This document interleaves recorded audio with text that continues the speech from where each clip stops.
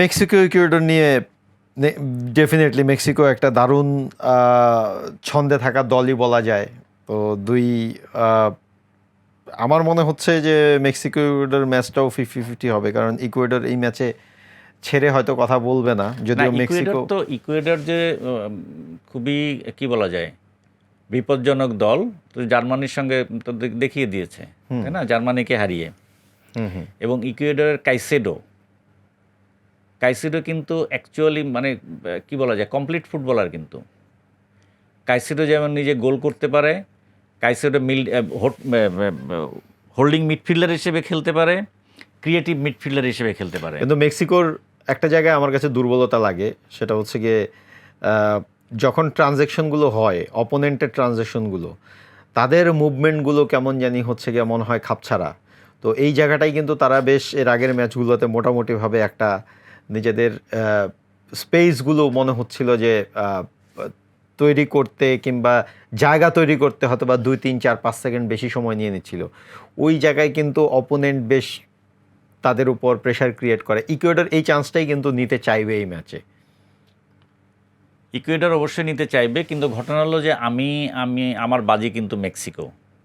যদিও যদি ম্যাচটা মেক্সিকোর খেলাটা খুব আই ক্যাচি কিছু না, সেই তুলনায় আমি ইকুয়েডরের খেলাটা আমি কিন্তু ইমপ্রেসড, যেটা জার্মানির সঙ্গে খেলেছে, ডেফিনেটলি অসাধারণ খেলেছে।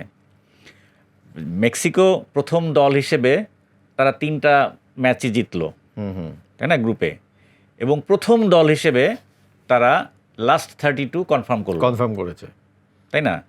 এবং যেটা হলো যে আপনার বাজির সঙ্গে আমি একমত, কিন্তু মেক্সিকোর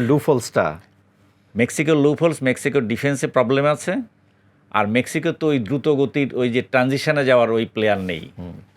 রাউল, আপনার মনে আছে যে রাউল গোল করলো, সেই রাউল গোল করে সে কাঁদলো। ওই যে নিউ ক্যাসেলে খেলতো, সেই কত 2017 সালে নাকি সে বিশাল একটা অ্যাক্সিডেন্ট করেছিল, মনে আছে, একটা কমন বল হেড করতে যেয়ে সে তো মারাই গেছিল প্রায়। তারপরে 8-9 মাস পরে খুবই ইন্টেন্সিভ চিকিৎসার পরে সে কিন্তু ফিরেছে। আবার যে কোনো দিন খেলতে পারবে এটাই বলা যাচ্ছিল না।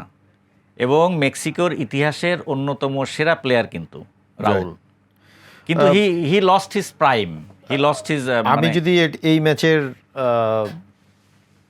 ইকুয়েশন ধরি, তাহলে মেক্সিকো 3, ইকুয়েডর 2, যদি 90 মিনিটে ম্যাচ শেষ হয়।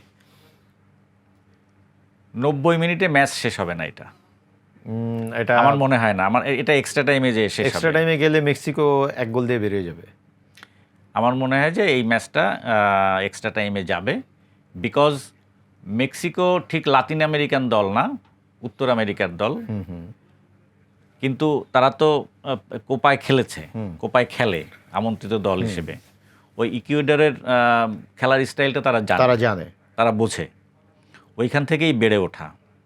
আর সবচেয়ে বড় কথা, মেক্সিকোর যে ফ্যান ফলোয়িং আছে, মেক্সিকোর যে ফ্যান, আমরা ব্রাজিলের ফ্যান নিয়ে অনেক কথা বলি, ব্রাজিলের ভক্ত, মেক্সিকান ফুটবলের ক্রেজ ডিফারেন্ট।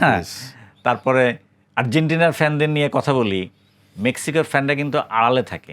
তার উপর আবার তাদের হোমে খেলা, তাদের না হোমে খেলবে, মেক্সিকো সিটিতে খেলা, তাহলে তো আজতেকা স্টেডিয়াম, এটা বিশাল ব্যাপার।